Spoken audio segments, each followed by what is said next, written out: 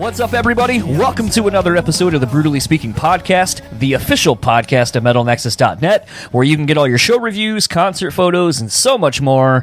And with me, as always, is Daniel Terry on this late evening. How are you doing? I'm doing good, man. I'm kind of a night owl, so this is like my afternoon. Well, I was gonna say, I mean, this is basically my Thursday night. As of when we're recording this, we're getting a head start on some shit. So I'm actually going to New Orleans on Wednesday morning. My bathroom is pretty much all torn apart. They're redoing it, the floors, because they're terrible. So it's just a good time to get the fuck out of my house and out of the state for a little bit. Shiprock is apparently going on, so New Orleans is just going to be crawling with bands and all the people that sold out that ship, hoping to go hang out with some friends, drink way too much.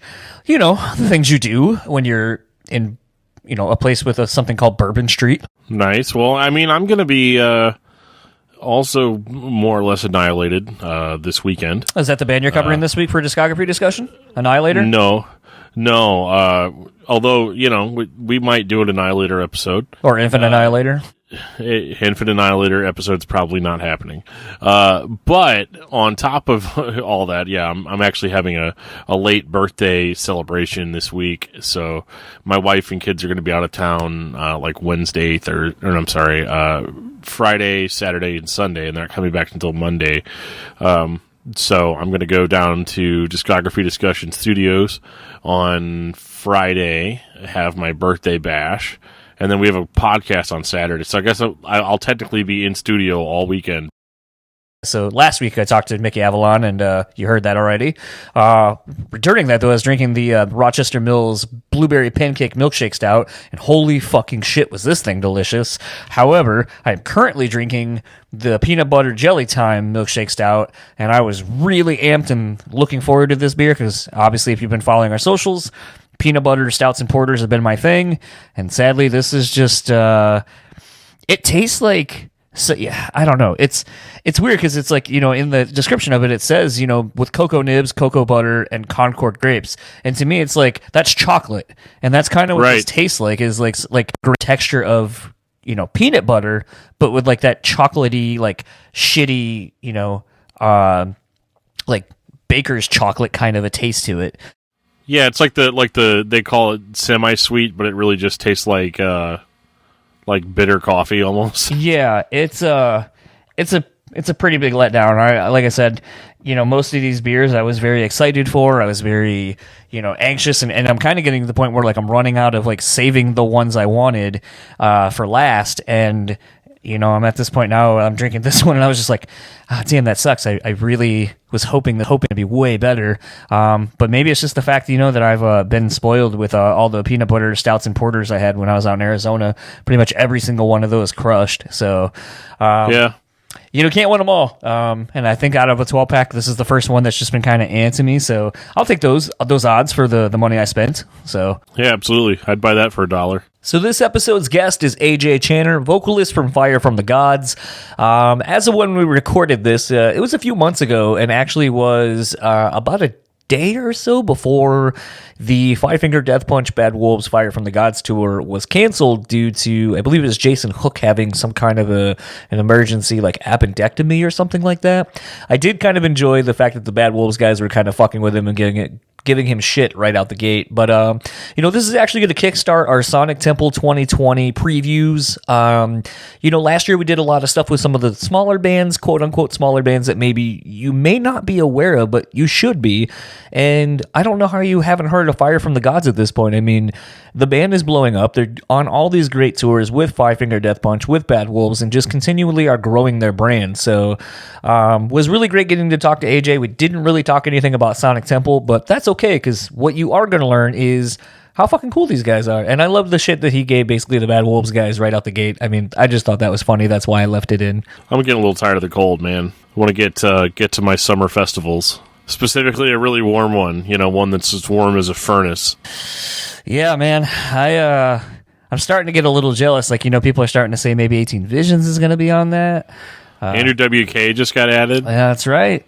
Yeah, I mean, it's going to be the festival of the summer, man. It will be a festival of a summer. I don't know if it's the one. I mean, that Disturbed tour just got announced. Isn't that the tour of the summer? I mean, not for me. Hey, you don't want to get down with the sickness 20 years out? No, I think I'm okay, man. I had a lot of time to spend with the sickness, and I think it's okay. I think I can let it go now. I'm speaking of Bad Wolves, that was kind of interesting to see them get on that tour. It's Disturbed and Stained, which I was trying to think when Down with the Sickness came out, was there a record that Stained had just put out? When was the sickness? Was it 2000? Had to have been, because I mean it's the 20th anniversary. So, and Stain's Dysfunction was 99, I think. Yeah, I think so. 98 or 99. So yeah, they would have. But I wonder how quickly did Break the Cycle come after Dysfunction. Now it's going to bother me. Well, I think it was 2001, because I think it was right around either just pre or post 9/11. Yeah. Okay, yeah, because Break the Cycle, yeah, that was 2001. So yeah, it would have been Dysfunction would have been the only Stained album out. Well, I mean, obviously Tormented was floating around there somewhere, but Dysfunction would have been in close proximity to the sickness. So hopefully we can expect a bunch of Dysfunction and a bunch of the sickness. I would. People may shit on it all you want, but I definitely would really enjoy a Dysfunction anniversary tour. Yeah, that'd be. I mean, really depressing, but it would be good. I'd love to hear him get down on some of those heavy songs again, like Raw. Dude, I mean, when I went and saw them a handful of years ago, probably, god damn, that tour was 2012. So we're old. Almost 10 years ago. And coincidentally, the tour that was I had seen before that was 10 years before that in 2002. So basically seeing Stained this last time with Godsmack in 2012 after they had just released that self-titled record. And it was a lot of like, I think they came out and played Raw or Spleen or something like that. And I was like, holy shit. And it reminded me of seeing them open for Korn on that Sick and Twisted tour. And Dysfunction was all they had. And right. It was a lot of songs, like it was like all the aggressive shit basically. And I think It's Been a While and Outside were kind of the only ballads they played the whole time. And kept it pretty lean and raw. And I was like, a lot of people can talk shit all they want, but if they come out with songs like this and a set like this, I think it would bring back older fans pretty quickly.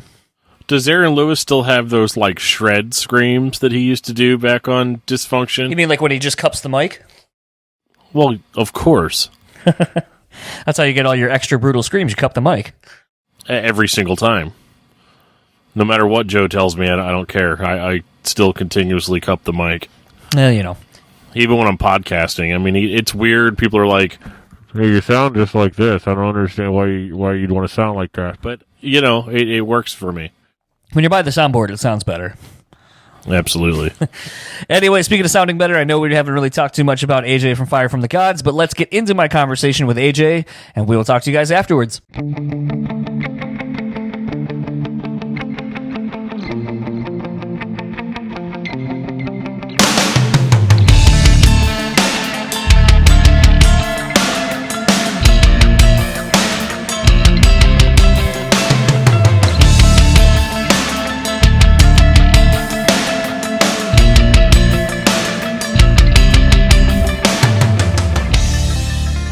Hello, how are you doing? Hey, how you doing, John? Good. Are you off the phone now? I'm sitting at the table with a couple guys in Bad Wolves. John's giving me shit for taking this interview right now. Oh, it's an interview? Yeah, it's an interview. Oh, and then head outside and get martini and get you all set up. What a fucking martini, dude. I'm going. Hey, it's cold outside. We're in Minnesota. That's why I'm going to go outside. I'm going outside. Fuck it. I'm going outside. I'm a beast. I can do this. Fuck that. Fucking Bad Wolves. Go play fucking zombie. Tricks. Fucking tricks. Oh, shit. No, I love those dudes, man. I do love those guys. All right, John, holler at me, brother. Well, I'll get started because I know it's cold because I live not too far away. Oh, yeah, from Minnesota? No, I live in Michigan, but I mean, you're not too far away, so. Oh, okay, word. Still yeah, lake yeah, effect and shit. Yeah.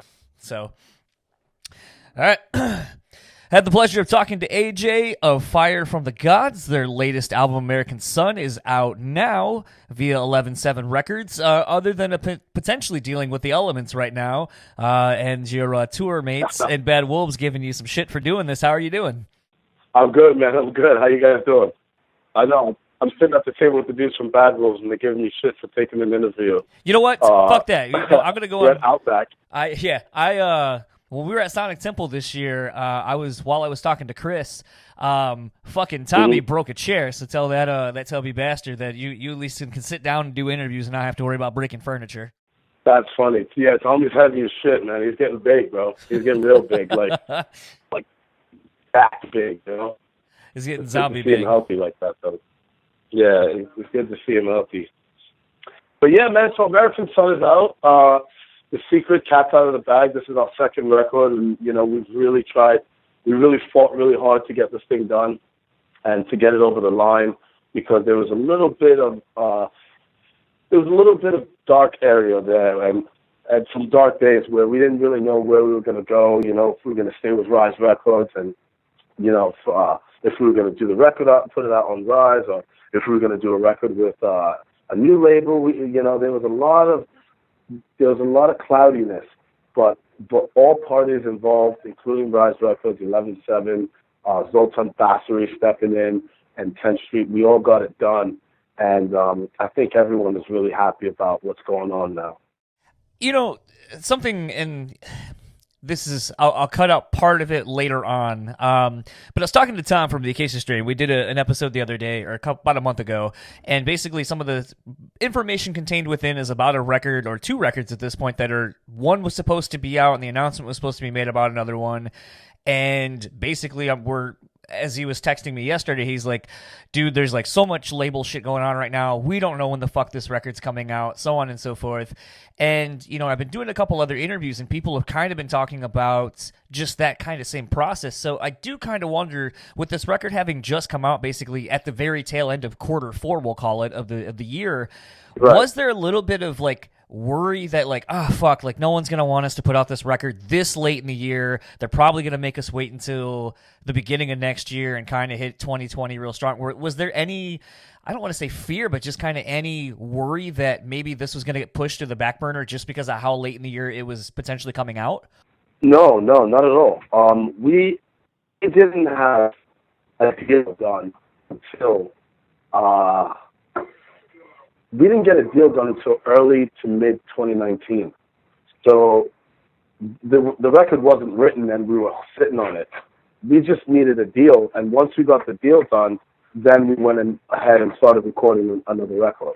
It's I think it's one of those things that a lot of people don't think about, that, and how either sometimes you can be real stoked on a record because like, oh man, we like you're saying in this situation, like, man, we finally got to do it, and it's good to get it out, and it's fresh and relevant, and you're able to kind of hit that nice stride of recording, getting it done, it comes out, you're touring behind it, and it's all still fresh and exciting for you versus like 7 months ago you did this record and now it's finally out for everybody else, and you're like, dude, I'm over this record already.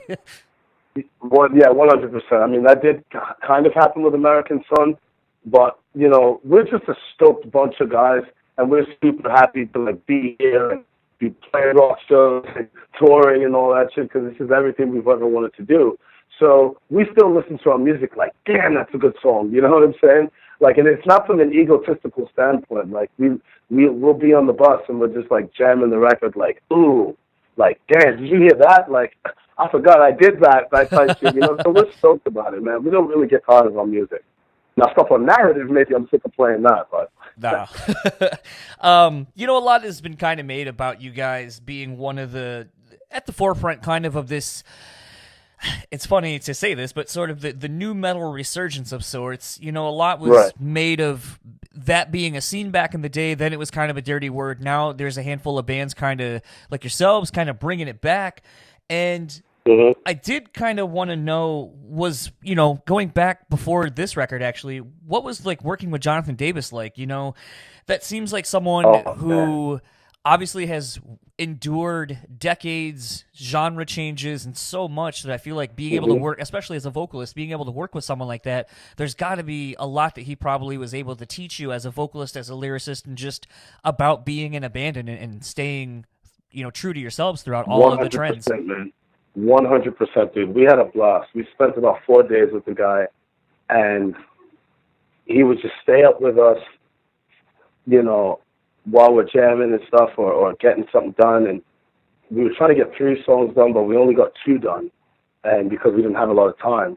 But JD would just sit up with us for hours and just talk about the business and talk about, you know, stories and some things I'm never going to repeat, you know, that I heard. I was like, what?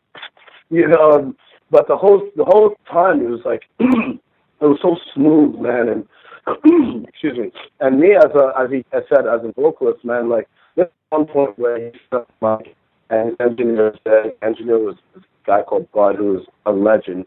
He had just come off working with Incubus, and he was on his way to work with Metallica and Rise Against. Like, this guy was a beast, and John brought this guy in to help us. And he's setting up the mic, and he starts testing the mic to test levels. And he starts going off like, hey, you know, just testing the mic. And everybody's like, bro, that's the Korn box, bro. That's the Korn vocals, dog. Like, losing it, bro. We're in the other room just like, oh, my God. You know, because it's just like beast voice, man. It's like LJ is the same way. Like, when I did a little feature on stage with him during the tour, and when we were on tour with Seven Dust, and he's sound checking, and there's just so much power behind this guy's vocals. And I'm just like, damn, dude. You know, I've been doing it for a while, but these guys, their chords are just so, it's insane, man. So you know, he didn't really change any of the lyrics or anything. Or he was just like, man, put a little bit more passion here, or think about this here and do that, you know, and just kind of coaching a little bit. And you know, from that, I took a lot out of that. And being a Korn fan, like, it was sick, man. It was really fucking sick, dude. We hung out with his family, with his kids and stuff, and he was super chill with us. It was cool.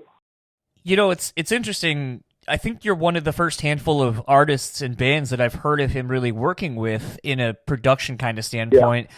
And, you know, obviously going back to the first couple of Korn records, them working with Ross Robinson, seeing what Ross was able to pull out of them, especially Jonathan, especially on those like home videos and so forth, it does kind of make me wonder at times, like, does working with a vocalist as a producer as well, from your perspective, do you feel it's a little bit easier to work with them on doing your vocal takes and so forth because they know and have a better understanding of what they want from you and articulating it better? Yeah. Or is it a little bit more intimidating because you're like, fuck, like this person expects greatness because they are great and they know how to, like... Of course. One night we were recording, and you know, I kept pushing, and I wasn't trying to push to, like, impress him or anything. I was just pushing because I wanted to get the takes out. And, you know, he could hear it. He was like, all right, man, you're done. You got to just give it a rest, go get some sleep. You know, and that, like, he noticed there, you know, he knew what the breaking point was. And a lot of producers don't, because they don't know your body, you know, and they'll keep pushing you until you're like, you hurt yourself sometimes, you know, and sometimes they want you to stop them, but you're like, I want to get the take out, so let me keep trying, and I know I can find that sweet spot again to get it done. But he was like, nah, bro, stop right there. And I thought, I was like, I can keep going. He's like, no, you're done. I was like, all right, you're right. You know, it was awesome, man. And Eric Ron, who worked with us on American Son, he's a singer as well. Like, he's got a really great voice. So he was like, man, don't worry about it. All those insecurities you might have. He's like, don't worry, brother. He's like, I got you, man. He's like, I can help you with that. And he really did, man. And then he really brought something really special out of me, and out of the, you know, the band and the music, man. We're really super stoked. And as a reference back to what you said about nu metal and stuff like that, first of all, I'll tell you this: Jonathan Davis does not consider Korn to be a metal band or a rock band, for that matter. Yeah. You know, it's like a Lemmy thing. You know, like, I'm not a metal band, I'm a rock band. You know, like that kind of thing.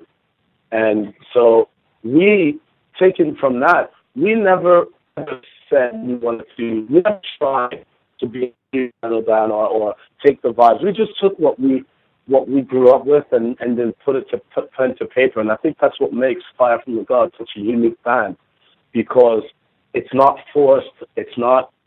We're not looking to fit into a genre. We're not telling ourselves like this song has to sound like this and that song has to sound like that. And we're not trying to replicate something that was done and, do it again. We're not trying to reinvent the wheel either. A narrative, we have like metalcore songs, we have songs that sound a little bit like Killswitch because we like that, and with American Sun, we just wanted to write a groovier record. We wanted to put some more groove into it, and maybe that's very indicative of new metal. That's probably one of the content in new metal.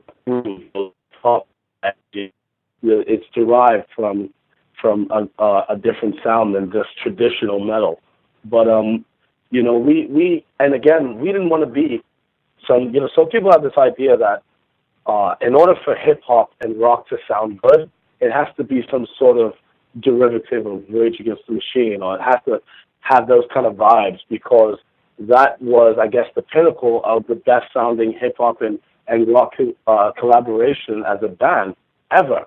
So we didn't want to do that either. We didn't want to say, well, let's try and be another Rage Against the Machine or something like that. And people are starting to get that, and that's one of the biggest takes and takeaways from this record, and that people are really starting to see who we are, and they're starting to develop a relationship with our music, and it's really it's a dynamite thing to see and to be a part of. It's kind of funny because something I've said a lot on this podcast over the couple of years of doing this is, nu metal to me, while usually a derogatory term or referenced really to kind of represent rap rock or whatever, I always kind of looked at it was like, because I'm in my mid-30s, so like I kind of was in that sweet spot when that first was coming out, that I was like, oh, hell yeah. Yeah, me too, brother, of course. So to me, I've always been like, people sit there and may throw nu metal on a tag on you guys, and to me, as soon as I hear that, I'm thinking like, well, nu metal was so far-reaching. You had anything from like a Static X that was industrial and metal to, bands that incorporated hip-hop elements. It encompassed so much. So to me, when someone goes, oh, I think they're kind of a nu metal resurgence band, I go, cool. So there's going to be a wide array of flavors that they're bringing then, because to me, that's why I love nu metal, because it wasn't any one thing. It was everything. And that, exactly. I think that's kind of a term where a lot of people, like I said, still kind of view it as being somewhat negative, and I almost would be like, nah, motherfucker, it's a badge of honor. Like, call me nu metal, because that means I'm everything, and that means I'm dope. So, like, exactly. fuck it. Exactly. Like, I never, I was like a nu metal kid, but I also was listening to hardcore at the same time, and so I still had punk, I still had like punk vibes, and I still love punk rock, and I loved pop punk and stuff like that. So I wasn't. I think like us, like in our mid-30s, you would see the kid with a backpack, and he'd have a Offspring patch. He'd have a Slipknot patch, or a Korn patch, or a Deftones patch. But then there'd be like Foo Fighters in there, and it was like we like you said, we hit that sweet spot where everything was happening, and everything was kind of a hodgepodge of rock, and when K-Rock in New York City was still around. That was a really good time. And I kind of feel we're almost there again. The way people are turning up for rock shows, and the numbers that these festivals are doing, and the way hip-hop and it is influenced by metal, instead of metal being hip-hop instead of metal being influenced by hip-hop, metal is influencing hip-hop, and it's super cool, man, and so many different artists are popping up that are influenced, and they're using kind of these pop punk melodies with like metal hooks, but it's over rap music. It's pretty sick, man, and I think we're almost there. Again, the glory days, so to speak, in the 90s and 2000s. We're this was a big explosion of good music and good people making good music. You know what I mean? Yeah, I do. Initially when we were scheduled to do this, we've kind of had to reschedule this a few times. But it was interesting in the fact that, I was kind of focusing more on the lyrics and more on kind of the narrative that you were spinning on this latest record.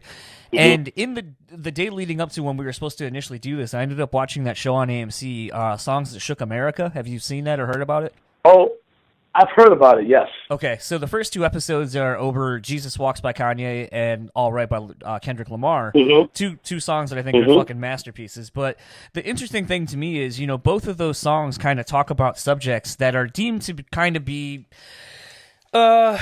deemed to kind of kill careers, because Jesus Walks, even in the song itself, Kanye talks about, like, they say I can't rap about Jesus, it'll kill my album sales, so blah blah blah, like, but maybe if I put out the song, it'll allow me to have my sins forgiven and so forth. And Kendrick's song ended up kind of being a protest anthem during, like, Ferguson and so forth.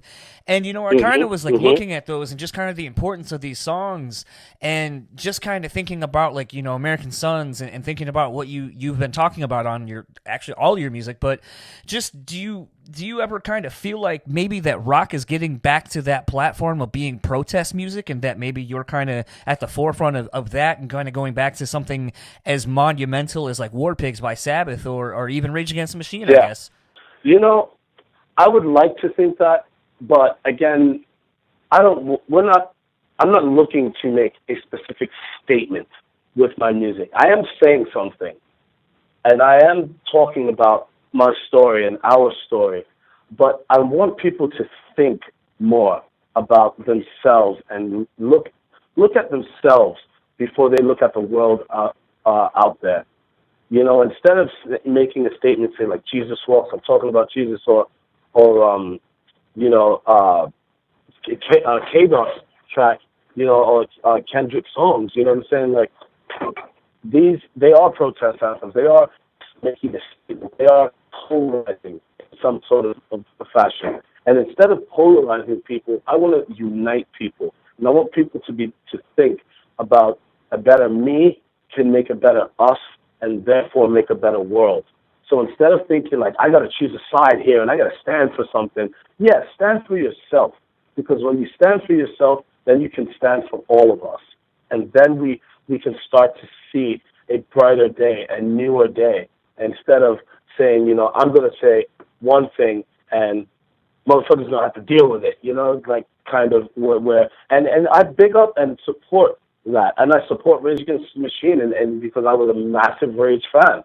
But I understand and there's enough polarization in our times that there doesn't need to be a protest. And if we are going to make a protest anthem, protest the fact that we need each other, that I have to stand tall and be a better person so that the around me change. And once the people around me change, therefore the world around me is going to change. And that's what Fire from the Gods is doing. That's the fire. That's the spark that will change the world. Revolution through peace, revolution through unity, revolution through thought of mind, instead of the violence, instead of, hey, stand for what I say or you're wrong. That's what we kind of changed up the vibe from Unite or Die to In Us We Trust. The theme of this record is In Us We Trust. So you have to start with yourself, because if you can't, there was no one without the we. We can't be one if we don't understand who we are. You feel me on that, bro? I do. And like I said, it was kind of serendipitous timing of just, like, initially, like, I was kind of listening to your record. I was preparing for a few other interviews I was leading up to, and then I just kind of got ensconced kind of in just a lot of hip-hop stuff, because, like, I initially grew up out on the East Coast, like, in the early 90s, right. and moved out here in the Midwest in the mid-90s, and it's just, as I've gotten older and kind of thought about how different we all are, like, I just went to New York this past weekend, and there were things about being back east that I was like, oh, fuck, I feel like I'm home. Like, there's just, I don't know. So it was one of those things, like, in leading up to that and, like, kind of getting back into hip-hop and kind of getting these background stories on these songs and these albums that I've loved for so long. And just kind of this. Hip-hop is back too, bro. Yeah, no. And hip-hop is back, for sure. And, like, for sure, bro. I actually was thinking, as you were talking about, the fact of, metal and rock kind of influencing hip hop, I was thinking, about Juice WRLD, because, like, that dude was really riding for a lot of metal and hardcore bands. And, Post Malone, obviously a lot of people give him shit, but I mean, there's videos of that dude singing Biohazard songs and shit like that, and it's like, oh yeah. Dude, Scarlord from England, man, hardcore kid, and he's screaming on this track, it's like straight up, but he plays this guy. He was like, fam, I've been listening to you since the Rise record, since Excuse Me. And I was like, bro, you're going to be out of your mind. He was like, yeah, man, he's like, I love you dudes. I was like, that's sick, man. And I know Posty is a hardcore kid, man. Like everyone knows Jesus Piece. He hangs out with Attila, you know. He's a metalcore kid. And he does really good at what he does. And you can hear it through his music. I think the thing that's interesting about it, though, and just kind of thinking about everything is, you know, we live in this world now where everyone's so, if you're not into something, you block it, it's out of your view, you've kind of conditioned yourself to live whatever narrative that you want to put on life, and that's not really how things are, that Right. sometimes the beautiful things that end up happening are because of the hybridized, that's not even a fucking word, I don't even know why I'm trying to say it, but Yeah, basically, I get you. but basically Yeah, trying the collaboration. Yeah. The collaboration of it. of everything is 100%. what creates new things, new ideas, and it's how we start learning and listening kind of to your newest record. I just kind of kept thinking about how, like, you know, all these things are kind of coming together, and it's like, you know, obviously, like, what little bit of digging I did up on your past and your, you know, lineage of growing up, obviously you're bringing a different flavor than, you know, some other people have because of how you grew up, and it's coming out in this new record. And I just kind of dig it because it's like, it just reminds me of being excited about something because music had something to fucking say, and it also had it just made you feel. Fuck yeah, dude. So to me, it's like I'm just man. kind of excited to see people making music that means something not only to them but hopefully to those that will listen to it, and maybe inspire another set of people to start playing and start doing the same thing. You know, kind of speaking to the album as well, since I know I got you for a couple more minutes, what's one of the songs off of this new record that you've been playing or that people have been coming up to you saying like, man, I really fucking like this song, that's kind of shocked you? Because I know there's always that one song where someone's like, you know, I just wasn't necessarily feeling this one, and sometimes that'll be the one that everyone comes up going like, yo, dude, that one track, oh my God. Yeah. I mean, everyone really digs right now, you know, and that's the singles on the radio. It's trending all over the world. Like, everyone loves it. But someone came up to me and after the show, and we don't play this song live, and this woman, older woman, she comes up to me and she goes, I love your song, Trust. And I was like, wow, I love that song too. That's what's up. Like, she really listened to the record. That was a testament that she really listened. And that's a song that does make you think. And, you have to listen. You have to listen to the record to know that that's what's up. And if you like that song, then you really know what's up. You know what I'm saying? You really know what Fire from the Gods is really about and what we're really trying to say. So I was very impressed by that. And live, I think my favorite song that we're playing live right now is Fight the World. And people seem to respond really well. You know, you see people grooving to it. You know, something kind of I was thinking of as I was driving home and listening to Doc's podcast, and he was, you know, the episode he just put out was talking about being on the road. You guys are kind of at the middle point kind of this tour, or almost the end at this point. And I was kind of thinking about, you know, obviously both bands are kind of managed by Zoltan, and, you know, a lot of the wisdom that he's able to kind of bestow to both of you guys and help you succeed and set you up for successes. And it kind of made me wonder, just going out on the road with them, you know, they're obviously a little bit further along, have a little bit more success, but are you guys, like, obviously you were just hanging out with them, but, like, are you gleaming anything from those dudes? Because, I mean, collectively, those guys have a shitload of touring experiences and so forth. I ordered martini, trying to get everything. Yeah. I'm sorry, John. No, you're good. Sorry, these lads are leaving. But, sorry, could you rephrase that? Yeah, I was just basically saying, you know, with you being out with basically Zoltan and Five Finger and having Bad Wolves out, is it kind of interesting to be with Bad Wolves because they're kind of, the trajectory is just a couple, maybe a year ahead of like where you guys are starting at now? Are you able to kind of be like, oh, you know, like comparing like where they're at and kind of being like, yo, so Zoltan kind of laid this plan out for us and it's kind of similar to what he did with you? Or is there anything maybe that you would say, like, you know, if you could tell your younger selves in this beginning of this process, what kind of information would you give yourselves or to us? Is it kind of like a interesting position to be in, to kind of, like I said, have a band that's has the same manager, kind of is a little bit further along with, you know, the process with that 100%. person? And 100%. And like my buddy in that band, John Bachman, you know, we hung out one day, had some beers, and he was like, dude, don't ever compare yourself to what we're like. These guys know what's up. And actually, before I signed, before I signed on, we actually signed the deal. We were talking with Zoltan. Fire was on tour with In Flames. We had supported them on a few of their dates by themselves here in the States. And I asked Doc, I said, "Yeah, what's the real deal, fam?" So I've known Doc for a while, and I've been a fan of his for years. He was a God forbid, and he worked in New York City, and we used to hang out and go to the same shows and stuff. So I've always looked up to Doc in this business. And I asked him, I said, "What's the deal, bro? What's it really like working with 10th Street and Zoltan and all of this? What's he was like? He was like, dude, he's like, the minute we shut up and started listening, the minute everything started working. Like, definitely, dude." And it took a while before we got over the line, but I was kind of sold because I trust Doc. So I was really sold at that point. And I was like, you know what? We're going to do this. And lo and behold, we're playing arenas with fucking Five Fingers. So, and we got a song on the radio that's trending. You know, I was able to play our hometown in an arena right down the street from where I used to live. I just listened to FM 99 in Norfolk, Virginia when I lived there. And the radio station, FM 99, used to play all the hits, everyone. And I used to sit there and listen with my buddy Cliff, who was the drummer in my band, one of my first ever bands. And we'd listen to it, and it'd always be like, damn, I love the song.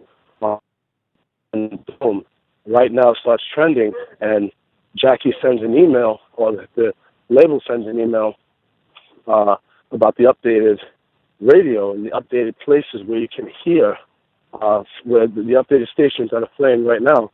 And I saw WNOR, Virginia, and I was like, wait, WNOR? That's fucking FM 99. So I go online, and I Google it, and lo and behold, it pops up FM 99, and I'm like, holy shit. Like, my fucking song is playing on the radio station that I used to listen to as a kid. It's bananas, and the plan seems to work with these guys. And Zoe knows what he's doing. And bad rules are super important for the genre right now. And I think that we coming up under them and coming up under the same tutelage, I think we're onto something. I think they're onto something. It's kind of like what Roman did, man. For like the 90s, man. But Nickelback, Slipknot, Typo Negative, Soulfly, El Nino, Chimera. You know what I'm saying? Like, I think that 11/7 is on that path right now. Better Noise, as it is now known. I think that they're set to kind of recreate that, man. And we got Hyro on the label now too, and Hyro's a big voice. Hyro's a hell of an MC, and then that's Islander, the homies I think is still working. And I don't know where that is along, but it's something special, man, and I'm glad to be a part of it. Last question I have for you, and it's something I kind of prosed to Tommy Victor a prong the other day, and it was Jamie Jost of Hatebreed is one that on his show always talks about basically collaborations and stuff like that, and it's something that I've been wondering is, will we ever see in the rock and metal world more collaborations between artists like we do in the pop and hip hop world, where basically it kind of you see it benefiting everybody that does it? I mean, like, Drake's on a fucking million songs, like everyone's on a million songs because it helps boost their presence and keeps them in the limelight. And if it's a hot track, then I mean, how can it not do your career any good? But I just always am like, why don't the rock and metal people do it anymore? And so I know, like, you had Sonny from POD on. You talk about Hyro, who's done a couple of remixes with a handful of people. And there's a couple of people who are kind of doing it, but I'm just kind of like, it seems like you specifically and or Fire from the Gods would be poised to really, do that and do it really well and kind of be one of those bands that kind of embraces that. Bro, you're speaking my language, man. I've pushed to do collaborations with like Hiram or so we're all working. It's all in the mix, man. Ivan has asked me about doing some stuff. Tommy and I were talking about doing a little collab, like maybe a cover or something. There's a lot of communication happening there, and I think us as the next generation of bands, we're gonna have to do that because Slayer's done. I don't know when Linkin Park's coming back. Slipknot's put out some good shit. Korn's latest was incredible, but as I tell every radio station, I'm like, how many times can you listen to Smells Like Teen Spirit or Sweater Song? You're gonna need some new rock on the radio. Yeah. You feel me? Yeah. You're gonna need something heavy hitting to cut through the noise and show the genre some love. You know what I'm saying? But Breaking Ben is still doing. Ember was a fantastic record. For guys, let them whatever. I don't think what you think or what you want to think about Ben, but the guy puts out great music. Seven Dust is still out there hitting. So some of the OGs are doing it, but the young guys, we need to get together and start doing like what the pop singers are doing, what the rappers are doing, man. With Jason from 333, man. I've been trying to get in touch with Jason for a minute to do something, and I know he's been somewhat interested, I think, from what I've heard. So I want to do a lot of that, man. A lot of that, dude. Let's take this to another level, man. Let's bring heavy music and music in general, free thinking music. None of this stuff that's this mind droning, brain cell killing shit. Real shit out there, man. That's guys like yourself that are the medium to give us this way to talk about our music outside of just we all got to stick together and we all got to be a part of this thing. You feel me? Yeah.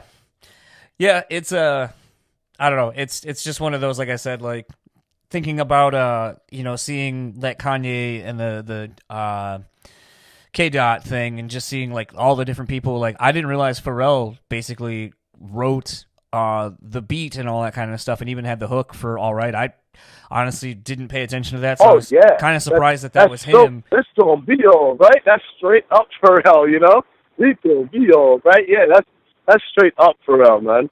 But because I'm used to like when I think of Pharrell, and I really think of Pharrell, I'm kind of thinking NERD. I'm really thinking Clips, like that Lord Willin record. It was just like him letting to just do whatever the fuck the Neptunes wanted to do, and just being like, "Yo, we're gonna create some crazy shit and let introduce you guys to one of the best rappers ever in Pusha T." So, I love you, that's the man. That's the man. Well, my dude, I gotta get going, man. Yep. I'm freezing. Yeah. So, where can people find you online and or the band online? Brother, we're everywhere. I call it the FBI, Facebook and Instagram. Apple Music, everywhere. Every medium where music is played, you'd probably find us. And go out there, share the music, and if you like it, you know what I'm saying, tell your friend about it because we're out here fighting a fight, and we want everyone to hear the message, man, and to be a part of this movement that we're trying to start. Awesome. Well, thank you very much. Enjoy the rest of your tour. Safe travels, and hopefully we'll see you back in the Michigan area sooner or later. Yeah, brother. If we're ever out, man, please get in touch with management. We'll get you on the list. I love a phone call and a phone, but I like to shake hands with people too, man. So if you ever want to come out and hang out, please do. All right? I will do. Enjoy the rest of your evening. So that was my conversation with AJ from Fire from the Gods. Had a lot of fun talking to him, kind of loose. Definitely kind of fun getting to talk to people sometimes, about, at that point I had, like I said, just got done watching a handful of the episodes of the Songs That Shook America docuseries on AMC. Obviously, love him or hate him. A lot of people love to give me shit for my love of Kanye West. So, you're going to start off that series with Jesus Walks, and I'm going to watch it, and then you follow it up with Kendrick Lamar, and I'm going to watch that. So it was kind of cool, just talking about some of the different influences AJ has kind of had, and just kind of the versatility of Fire from the Gods. I know there's a lot being said right now about, this new metal resurgence and, a handful of bands that people are kind of picking, or the media are picking as kind of the darlings of this new era of it. And, and it's been said quite a bit on this show, I know from Discography Discussion, Roach Coach, Toomey's show even, it's just one of those things that I think a lot of us still look back fondly on that era of music and just how wide-spanning and wide-reaching it is. And if that's what's coming down, from newer metal and hard rock bands, personally, I'm all for it. I think it's kind of fresh, we all grew up listening to new metal, whether we will admit it or not. A guy like me went through a phase for years where I would not have admitted to liking or listening to any new metal at any point, because we all know I came completely out of the womb with a copy of Rain and Blood in my hands, right? So, but, the reason I like deathcore is because it kind of reminds me of Korn sometimes, like with the heavy dissonant guitar riffs and, even like the rapping, like you look at a band like Limp Bizkit where everybody, collectively decided they hated Limp Bizkit for a very long time, only to kind of go back and revisit it and be like, yeah, but these songs still slap. Like, they're still, like, very, very well-written songs, and I think now people are less concerned with how cool it is and are more concerned with, like, yeah, this was actually a really good genre of music that just got shit on forever. And, yeah, so I mean, I'm glad to see new metal kind of making a comeback because it's a little bit more fresh than, insert name of metalcore band here.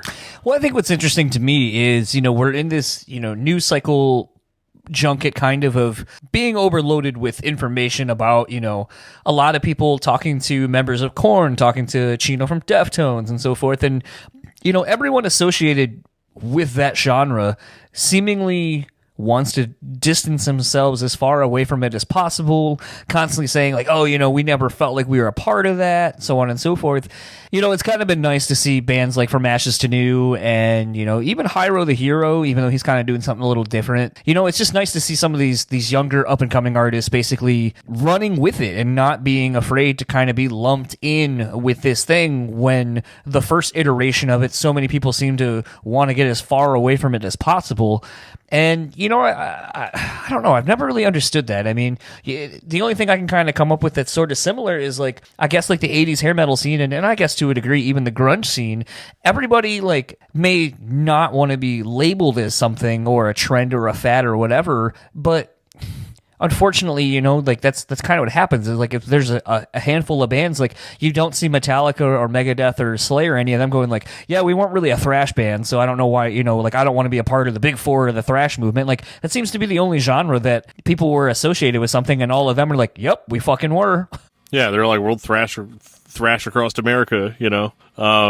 Yeah, thrash did not get the hate, but it did kind of fade away in light of new metal. So I think a lot of it's one of those things where like I'm very critical of like deathcore now, but like I don't even know how to really phrase this, but like guys that were really into thrash in the 80s were not happy when new metal took it over in the late 90s.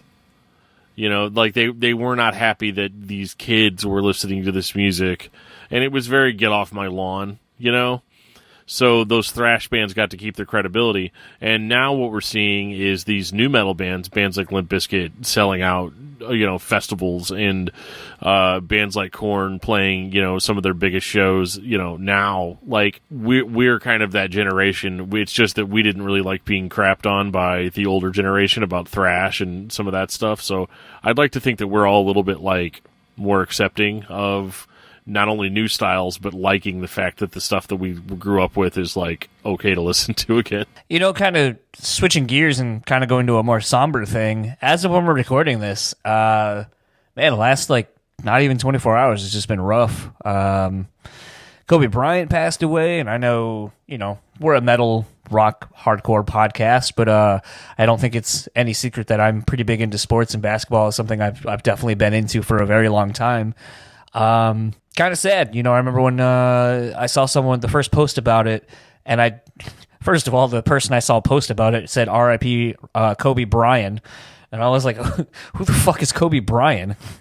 And I didn't see anything on ESPN, which is usually like your first legit go-to news source. And then obviously news broke that he passed away in a helicopter crash. And I remember telling my wife, I was like, man, this just really sucks. Like, I don't know how this could get any worse. Like, obviously it's really, a shame that all these other people died, but we didn't know who it was.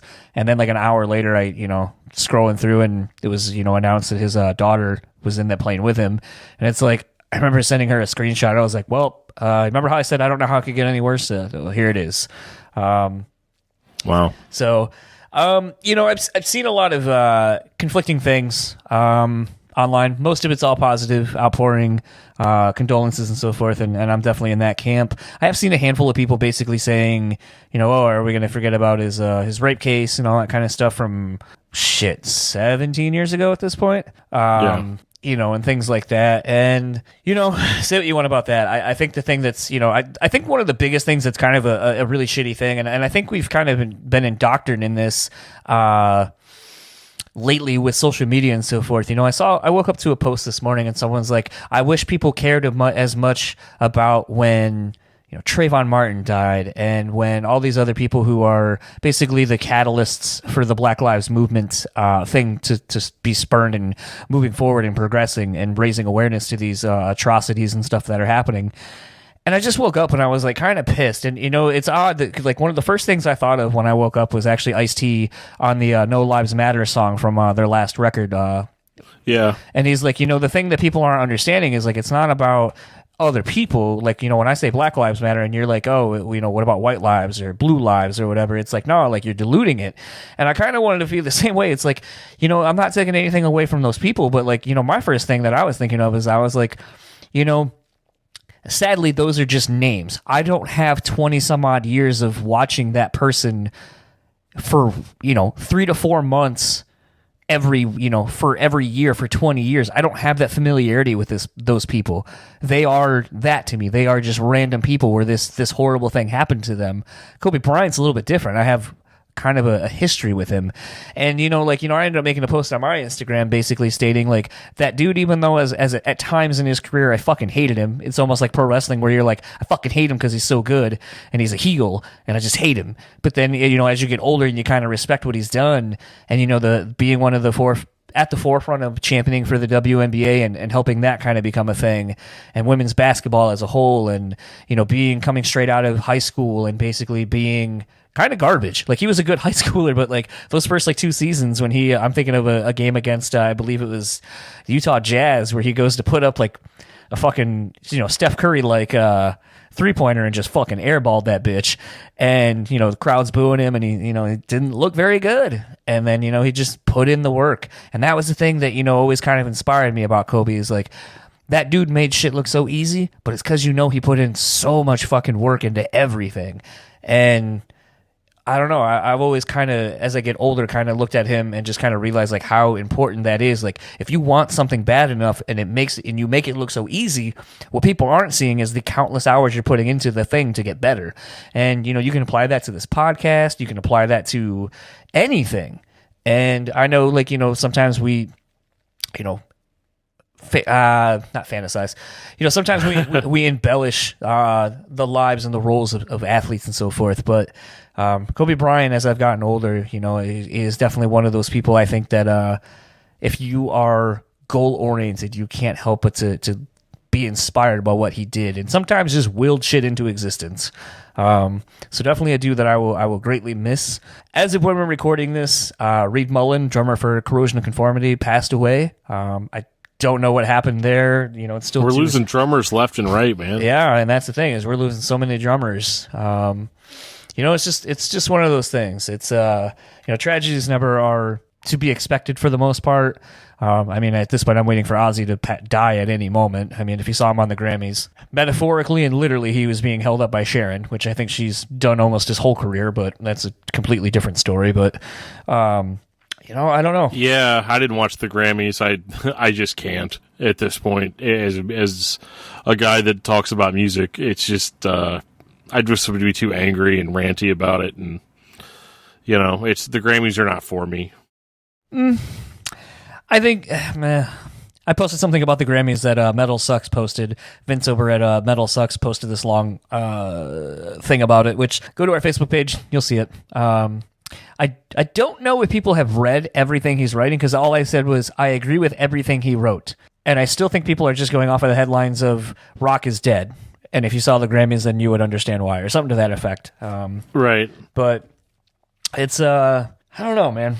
I think, AJ and I kind of talked about that, like where it's rock's in an interesting place and it's always kind of been underground. But I feel like, I can't help but look at someone like Billie Eilish, who her brother obviously makes a lot of her music, and he's doing something different. You look at some of these other artists, Tyler, the Creator, just doing wild, weird shit. And, you look at some of these shows that these people are doing. I mean, look at Poppy. Poppy was not a metal, rock, whatever.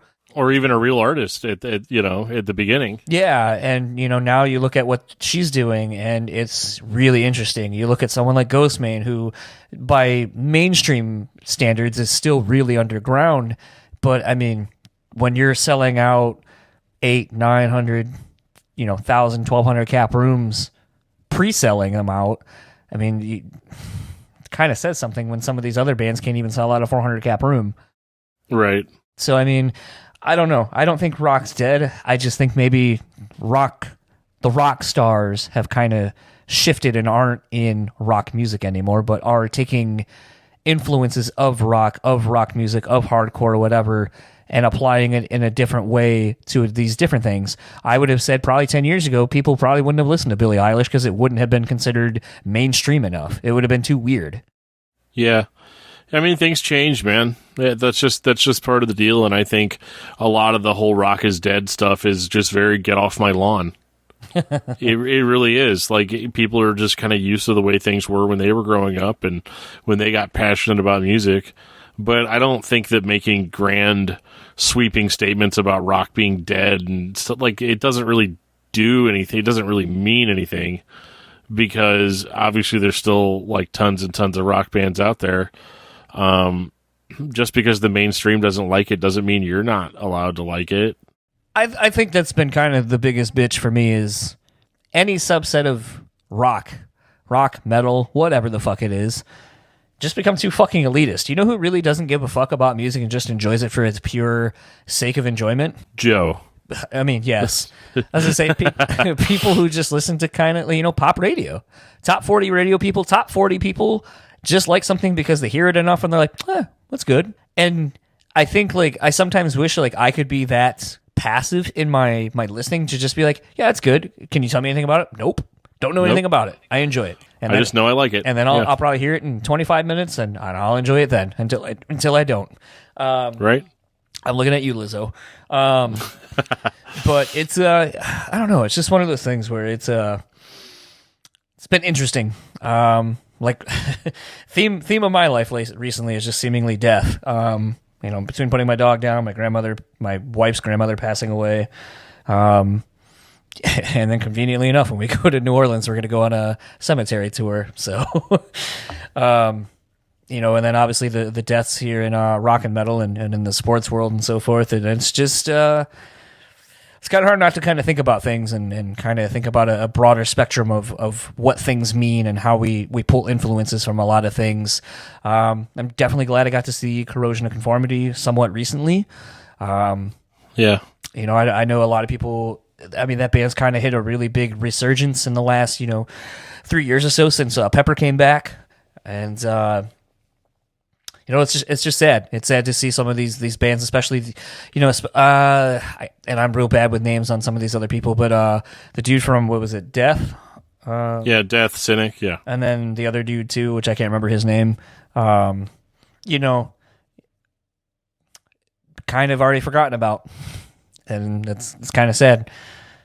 And to some people, to maybe a Jeff or, a Buddy or something like that, or even a Toomey or someone, maybe these are some of your favorite drummers that you grew up, worshiping when you were buying these CDs or albums, when they first were coming out. And, just to have someone kind of, hey, this person died. Oh, that sucks. And then, the next day, no one cares. Right. Yeah. It's sad. Oh, shit. How do we forget about Neil Peart, another drummer? Yeah, Neil Peart died, and that's a lot of people are taking. I mean, he's not going to ever be forgotten about. No, he's an exception to the rule. Yeah. You think Chris Adler can get in there and bring back Rush? You want to start that rumor? No. I'm not giving that anything. You heard it here first. Chris Adler, reforming Rush. Is not happening. I can dream, So can't shut I? up about it. I can dream. You could try, but no. Well, I think we've kind of blabbered and covered a lot of various topics. So to bring this old wooden shitty ship into the docks, if you would like to keep up with Fire from the Gods, it's real simple. Facebook, Instagram, Twitter, Fire from the Gods. If you would like to keep up with AJ on Instagram, you can find him at AKILCHNNR. And if you want to keep up with Sonic Temple, well, you know what? You can go to sonictemple.com. Keep up with everything going on over there. Get your general admission tickets, get your weekend tickets, get your VIP tickets. We have Metallica. We have so many fucking great bands. Slipknot on this. Look forward to Dan and I doing a complete breakdown of all 3 days, all the bands you need to know about that maybe you don't, like Fire from the Gods. So look for that. Like we said, this is basically just kickstarting our Sonic Temple preview coverage, so be on the lookout for that. Looking forward to doing that. Looking forward to going again this year. And if you would like to keep up with Metal Nexus, simple enough, metalnexus.net, Facebook at Metal Nexus, Instagram at metal.nexus, and Twitter at metal_nexus, and Dan will tell you where he can be found. Well, I can be found on the internet at various internet spots, including Twitter at Discuss Metal Dan, Facebook under Daniel Terry, Gmail at discussmetaldan@gmail.com. I've got another podcast called Discography Discussion that can be found at discussmetal.com. And you can always send me snail mail. No, you can't. I'm not giving my address. What on earth? And if you would like to keep up with all things this podcast, it's simple enough. Find us on Facebook, Instagram, and Twitter at BREWtally Pod. Check us out on YouTube. We got some videos where they are. YouTube, some people prefer to listen to stuff that way. We are there as well. Spotify, Apple Podcasts, all that kind of shit. Rate, review, subscribe. Same thing you hear on every other podcast. Greatly appreciate it. Goes a long way. We'll start reading them when we get them on the air. Kind of sweeten the deal for you. So leave us a review. We'll read it on here, or I'll have Dan read it. Whatever. It'll get read one way or another. Reading Rainbow. And if you would like to keep up with our show sponsors, you can find them simple enough. OnPointPomade.com. Use our code BSP15 and let them know that we sent you. Get your hair and beard looking good. And if you would like to keep up with the Bean Bastard, you can find them at thebeanbastard.com. Facebook and Instagram at thebeanbastard. Let them know that we sent you. Get some delicious coffee. Cool things are abound over there. Let them know that we sent you. Always support those who are supporting us over here on this podcast. And for the BREWtally Speaking Podcast, I am John. And I am Dan. We will talk to you all next time.